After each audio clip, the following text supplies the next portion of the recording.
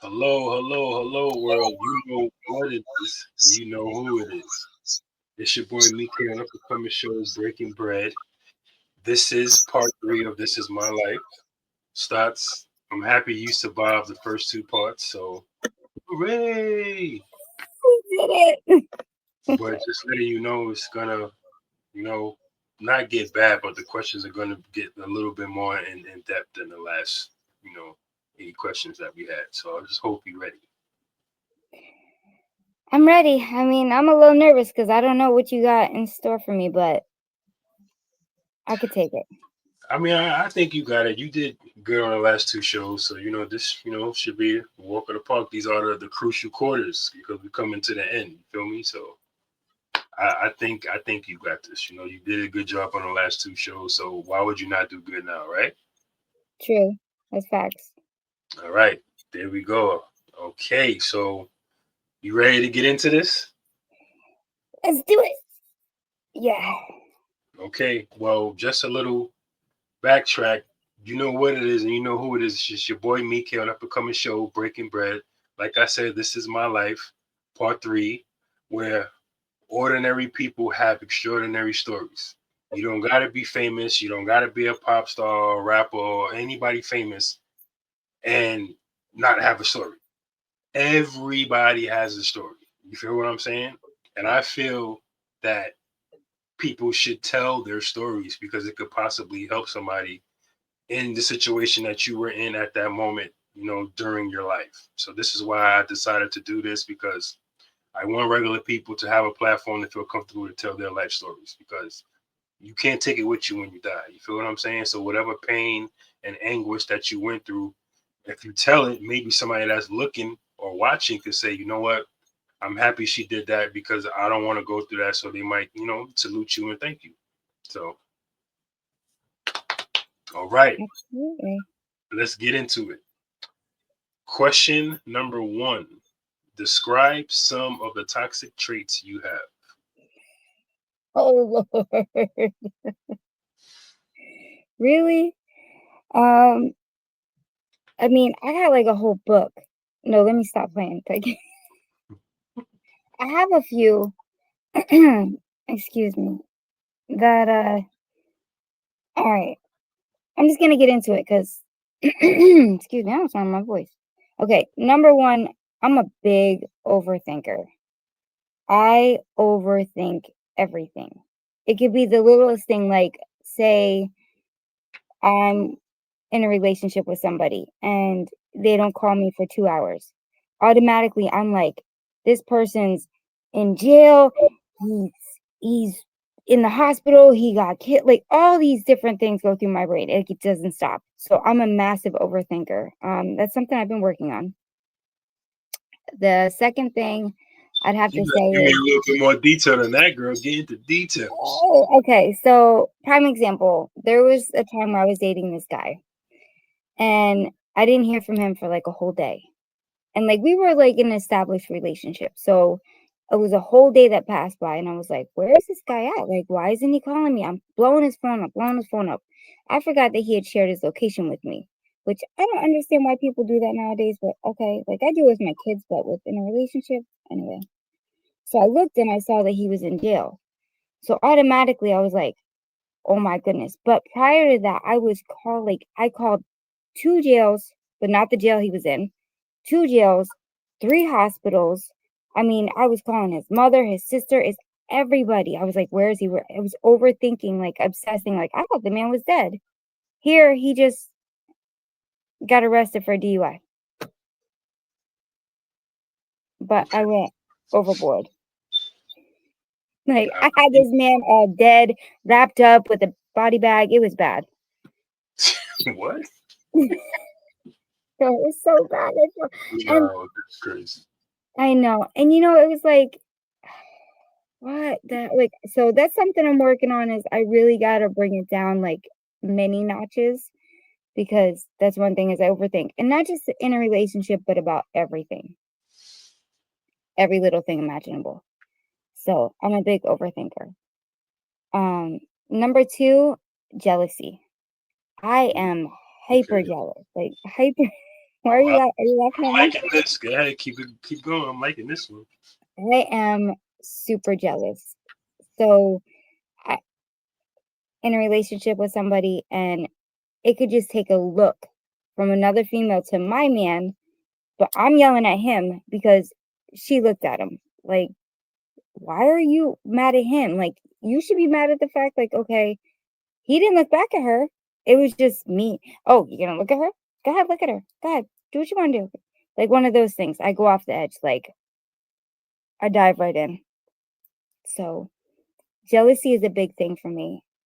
And that's also something I'm working Okay, so this is on. not regarding the questions, but why do you think you're so jealous? I think a lot of it has to do with past relationships and the male not being so respectful and cheating and all that shit, like he just, so I get really jealous and very insecure. So I think that has a lot to do with it.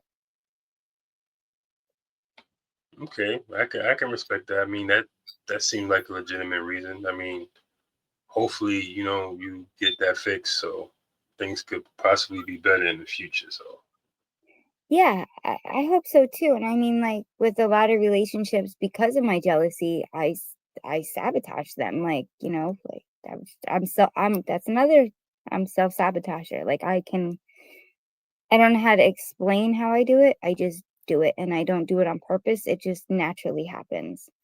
Um, I'm like a walking red flag the more I look at my toxic traits. That's really bad.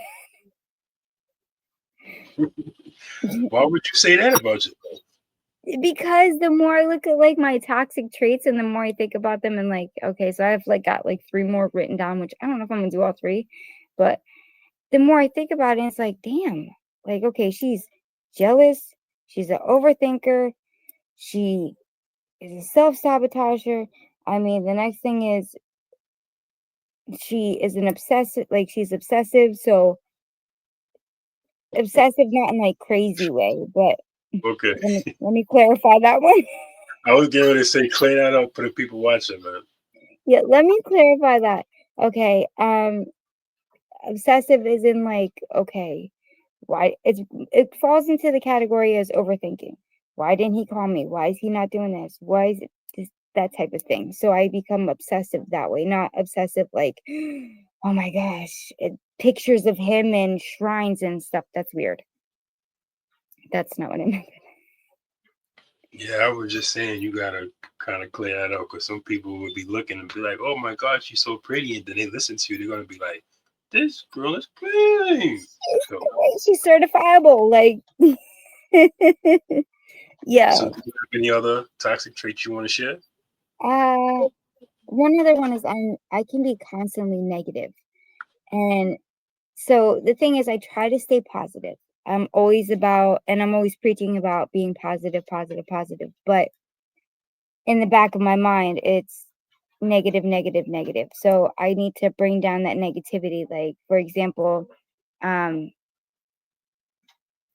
I say nobody loves me, but I have a house full of children that love me. So why am I saying that's kind of in a negative way? Correct? You know what I mean? That's what I mean by that, Got you, got you, got you. if that makes any sense. Nah, it makes a lot of sense. Trust me. Mostly anything can make sense to me because I live the crazy life myself. So I know. Yeah. Okay, so you ready for question number two? Yeah. That was hard to get past, I have to say. Like, I mean, but you did it though, right? I did, I but can to tell. talk about your Yeah, yeah, I can so tell. I can see the nervousness in your face. That's why. yeah. Surprised you ain't turned red. Well, I mean, it's getting there. It's almost the color of my shirt right now. All right. Even though this may sound like a crazy question, but I'm gonna ask: are you proud or ashamed of your toxic traits? Oh. Um, I mean, that's an interesting question Exactly. because some of them you can be proud of and some of them like for me, The overthinking part, definitely not. I'm definitely not proud of. No. I mean, that's not too bad because it's never a bad thing to be like, okay, is this person all right? In that sense. Um, but all the other stuff, the possessive, jealousy, um, walking red flag, yeah, no, I'm not proud of that. Definitely not proud of that. Yeah, because I know that sounds like a crazy question, but there are some people out there that have traits that they're proud of, or toxic traits, if you want to call it that, that they're proud of. Believe it or not, there are some people out there. That's a toxic person then, because why would you want to be proud of your toxic trait? Like, we all have them, but Yeah. Like, for example, like being protective over your energy and your heart can be toxic because you can push good people away, but also can be beneficial because you can also push the bad people away. So you see how, you feel me? I get it. I get it. So That's that a good probably, one. yeah, you feel me? So that can probably be a trait that somebody could be proud of. So Yeah, if, there's one trait I didn't mention. I don't know if you consider it a trait, but I have a habit of like cutting people off because I'm so excited to like say certain things. So I cut people off constantly. So I don't know if that'd be considered a toxic trait or if it'd be considered just a bad trait. yeah, And that's one thing I'm not proud of. yeah, I can't, like, me personally, it's like I can't stand that because it's like you can't fully get the message that's being said to you if you keep interjecting in the middle of the person talking. You feel what I'm saying? And some people kind of disagree with me, and they broke it down in their own personal perspective. And I said to myself, well, okay, I can see where you're coming from, but for me personally, it's like I never was really able to speak. So it's like I like complete silence when I speak. And I like to give the same person that's talking to me the same respect, complete silence, because I want to absorb everything you're saying to me before I even answer. I don't want to have a pre-made answer in my head thinking I'm gonna know what you're gonna say. You feel what I'm saying? I want to Yeah. be quiet. I want to listen. If I have a thought, I make sure I remember that thought and it stays at the forefront of my brain. So when you're done, I can say, "Oh, by the way, boom, boom, boom." Because it's like, for example, if you think about it like this: if you have 5 people in a room and they're all talking over each other, who are you listening to? You can't listen to anybody. My point exactly. Mhm. My point exactly. So I mean, that's kind of how I grew up because we're Italian, so we're loud. So everybody's talking over everybody. So nobody ever gets their point across.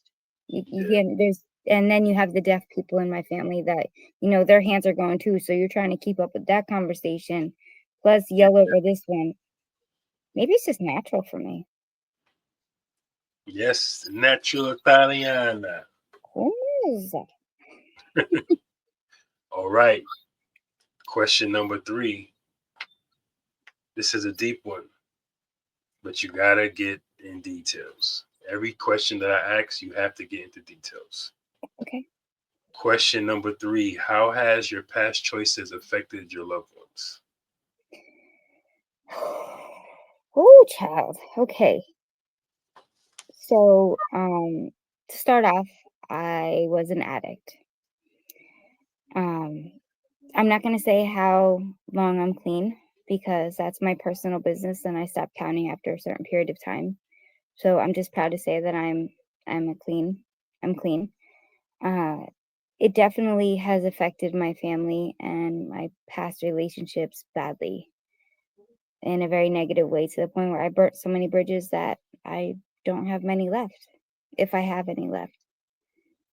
So moving forward, I hope that eventually I can rebuild those bridges and fix them. That if anybody knows being an addict or being a recovering addict, I shall say, it takes time. It takes a lot of time because first you have to build yourself. And then once you build yourself back up and relearn who you are, then you have to rebuild your relationship with your past loved ones and the people that you want in your life. And you also get to decipher who's the good and who's the bad in your life and who caused certain things that are triggers for you. So saying that moving forward, I would say my addiction definitely caused a lot of issues in my past and my relationships with my loved ones. And I never want that to happen again. I felt that. So this is kind of a run along question. Do you mind answering it? Well, it depends on the question. I gotta ask it first to see how you feel about it. So if you don't mind telling the people that are watching, how long were you an addict for? I was an addict. I don't know really the time frame. I'd say about 12 years. Hold on, let me think about this. Because I really don't really count that whole thing because I didn't go through the whole program and take the steps. I just quit cold turkey. Okay. But give me a moment and I'll tell you. I don't mind answering it. If it's going to help somebody out there to get them clean or to change their life, then so be it. Then my job is done. Um, mm,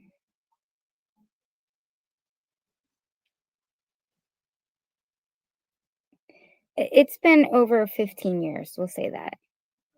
I mean, not that I was an addict for. I'm sorry. Um, damn.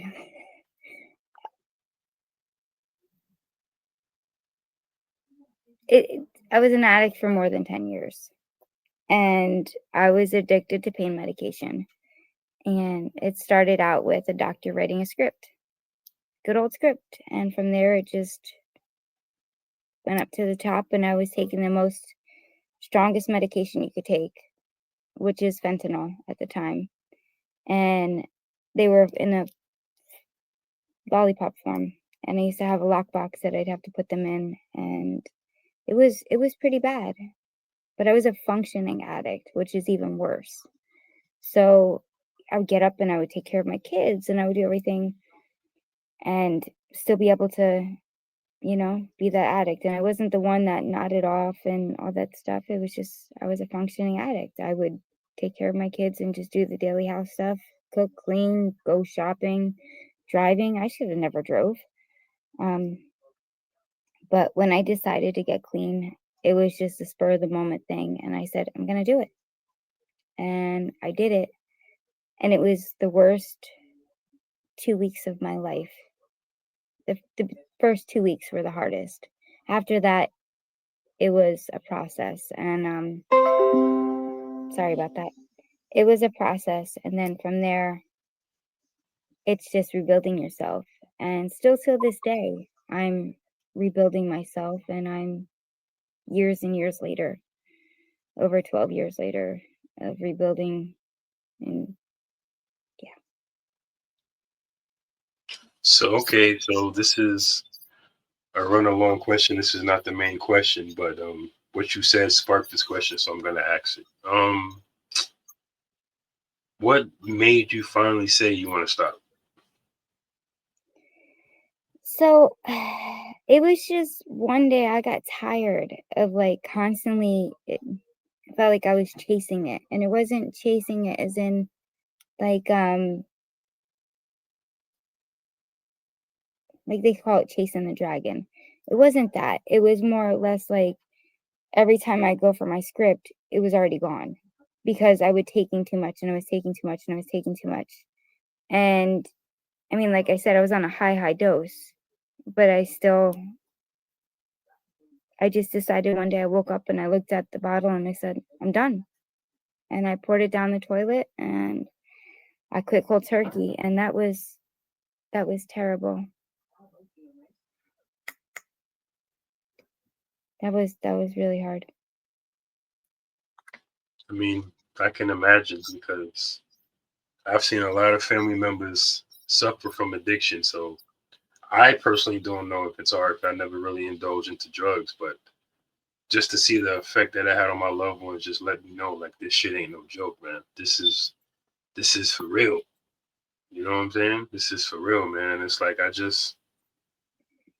I'm happy that I didn't go through it because to be honest with you, like for me personally, growing up, I was very weak minded. You feel me? So it's like if I would have latched on to any type of drug, I would probably immediately have been an addict because I didn't have the mental will and the mind frame, the strong mind frame to like say no. So the circles that I was in was just, a bunch of drinkers and weed smokers. It wasn't really Mhm. people, you know, doing drugs like that. If they were doing drugs like that, it wasn't really around me. It was more so the sense of the family that I wasn't really cool with, that I would see them and be like, oh, he on coke, or he on heroin, But for you to stop cold turkey, you need to really give yourself a round of applause and a pat on your back, because a lot of people are not able to do that shit cold turkey. Like, I commend you for that, because, like I said, a lot of people don't come back from that shit. Like, that addiction takes them out, and I don't mean on a date. It takes them to the upper room. So Yeah, I thank you. And I look at my past, and I mean, I've lost so many people to it, and it breaks my heart, and family members that are close to me. But it was a decision that it was like my children or my drugs, yeah, and my kids came first. They always will, and they always have, and they always will. And like I said, that cold turkey, like people go on certain medications that maintain, that drug. It's called maintenance medication, like Suboxone and methadone. No, I wasn't doing that because that's just a band-aid to it. It was, if I'm gonna do it, I'm gonna do it. And it was bad. Like what you see on TV, that's how it is in real life. But the hardest part I think of all of it is the mental aspect. Because mentally, you're used to waking up and taking that pill, and you're used to doing this and taking that pill and doing this and taking that pill, almost like smoking a cigarette. Like you drink, you smoke a cigarette, you drink your cup of coffee, you smoke your cigarette, you're in the car, you smoke a cigarette, kind of like that type of habit. um so I was constantly popping a pill, and at the times in my head I was telling myself, oh, I'm in pain, when I really wasn't. It was just I wanted to, it didn't even do anything for my pain at the time either. um So it was just like, whatever, I'm just gonna pop a pill and just feel great. Cause it literally would give me like an emotional high more than like a physical high at that point. And once it was all gone, I went through a deep, deep depression. And trying to learn who I am again after so many years of being a drug addict, it was terrible, absolutely terrible. But therapy and getting to know myself and getting out of the situation I was in, which was a very toxic situation, to later find out that also the doctor that was prescribing the medication had overdosed, and he's no longer with us. So it's a crazy story. well, that really is, damn, that's crazy. Wow. Yeah. Okay. Um, Question number 4 is kind of a two-parted question. So Okay. the question is, how do you cope with emotional pain? But I want to give a little twist. How did you cope with emotional pain back then? And how do you cope with emotional pain now? Okay. Um. Yeah, So I got him. you got me. All right.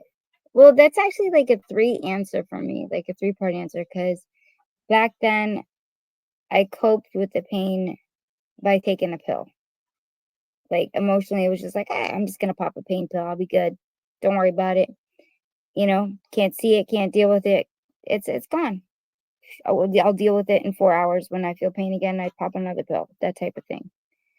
Once I got clean, it was more or less of therapy, and I went through deep sessions of therapy. I was on antidepressants and anti-anxiety medications. So that's how I dealt with it back then. Now I do a lot of meditation. I do a lot of journaling. I write. I constantly am writing. And I mean, as you know me. I'm always writing something. I, I've written books. So just to get it out there. I also I'm on social media and I'll do something where I feel like, okay, I need to get out. So that's my way of dealing with something is I'll go on social media and I'll do my thing on social media. And that's the way I deal with emotional pain at the moment. There's some stuff I haven't dealt with yet, which I'm still working on. But yeah, Okay, well, like I said before, I commend you because a lot of people are really afraid of taking accountability and, talking about their vices. And for you to feel comfortable enough to do so, it just speaks volumes on the type of person you are and the character that you have. So don't thank lose that, man, because it's like, I feel like the only way we can help the generation coming up is to speak to them. Show them this is what you're gonna get when you do this. This is what you're gonna get when you do that. And I just feel like a lot of people, don't like to do that because they're embarrassed. Like it's nothing to be embarrassed about because that's who you were. It's not who you are. exactly. And if exposing somebody to who you were can help them, then why not do it? I agree. And I think a lot of people should speak on it more. Not so much addiction, but also mental health. Like those two go hand in hand because when you're lacking something mentally, like when you're going through something mental health wise, you try to overcompensate it with addiction. And when you're an addict, it goes vice versa, like it goes hand in hand. And a lot of people don't know that.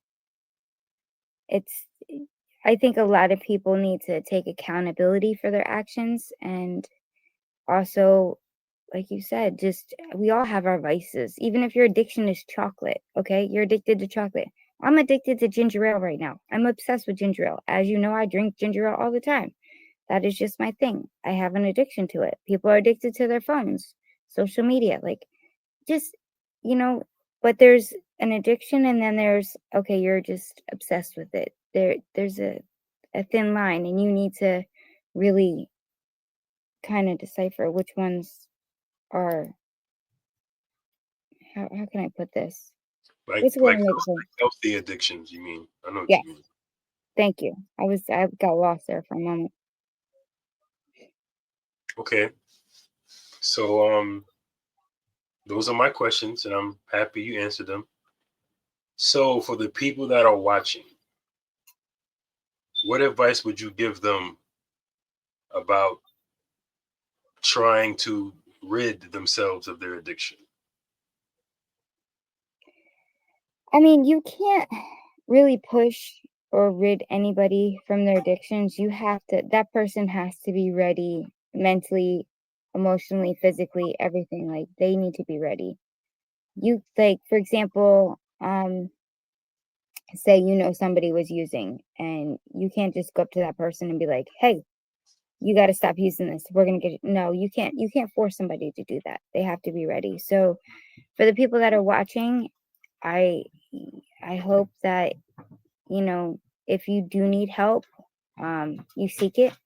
If that means reaching out to the 1-800 prevention lines, hit 211, they can help you and get yourself help.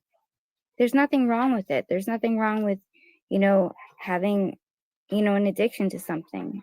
We all go through it. We all are addicted to something, no matter what it is. Just get yourself help, but be ready and be ready for the aftermath because it's a long, tough road, and you have to be ready to also be responsible to make amends with those people that you lost relationships with because you fucked up. Like clearly you fucked up. I'm sorry, I hate to say it like that, but you did. And if they don't take you back, at least you had the opportunity to say, hey, I'm sorry I did this and that, and I hope you can forgive me. If they don't forgive you, that's on them. You had that opportunity to give that out and let them know, like, hey, I'm doing better with my life. But I think I kind of ran off a subject here, but Oh no, just it's no such thing as going off subject on my platform. It's called okay, breaking bread for a reason. So do your thing, girl. good. Like, yeah, get the help you guys need, no matter what it is. And if you have questions about addiction, my socials are all throughout here. You can find me. feel free to DM me. I can help you and lead you in the right directions. I'm all about it, because then you're one less statistic in the world.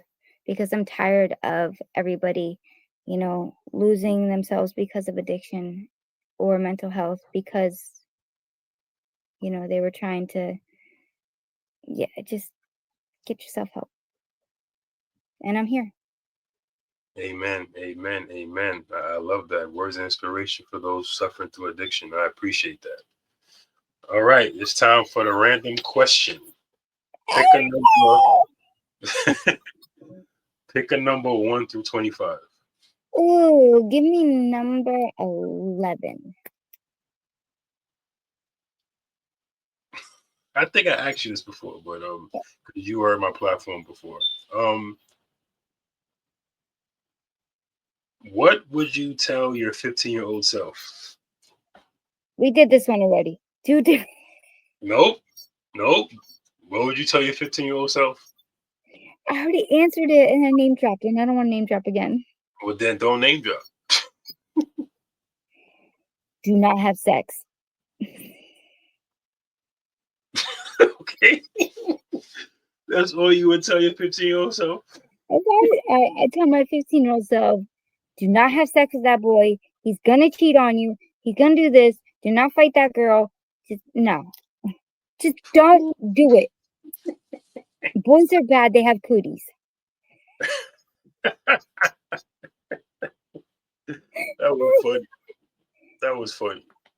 Boys have cooties. Give me a different one. I already answered that one. No, but the thing is, though, you know how long ago that was? I just want to see if your answer was going to change. I remember, but I just want to see if it was going to change. But I see it did. And the answer stayed the same, didn't it? And it did. That's why I was laughing. It really did. But those were your words of inspiration, and I appreciate that. You know, as far as people suffering with addiction, I hope you were listening to what Stacey said, because she is there to help. You know, she has a love for people, and she loves to help people. So, like she said, if you need help, reach out to her, man. Seriously. But for me, my words is like, I like to go on the top of my head. I don't have nothing written down or anything, so I just go with what I'm feeling at the moment. You know what I'm saying? So my words of inspiration would be: do not have blind loyalty. And what I mean by that is, don't feel obligated because it's your mother, it's your father, it's your brother, it's your sister, it's your cousin. Don't feel obligated to have to love them and put up with their bullshit, because blind loyalty will get you into so much shit that some people are not able to get themselves out. Be loyal to who is loyal to you. Period. Family, blood don't do nothing but make you related. Family is judged through love. The people that love you and you love back, that's your family. The people that you share blood with, of course you want them to be family and love them, but in most cases it don't happen like that. That just makes y'all related because y'all share the same DNA. So that's what I got for y'all, man. Do not have blind loyalty and feel obligated to people just because of who they are. That's all I got for y'all, man. I like that one. Thank you. But y'all know the motto, y'all. As always, spread love, not hate. Chase our dreams. We out of here.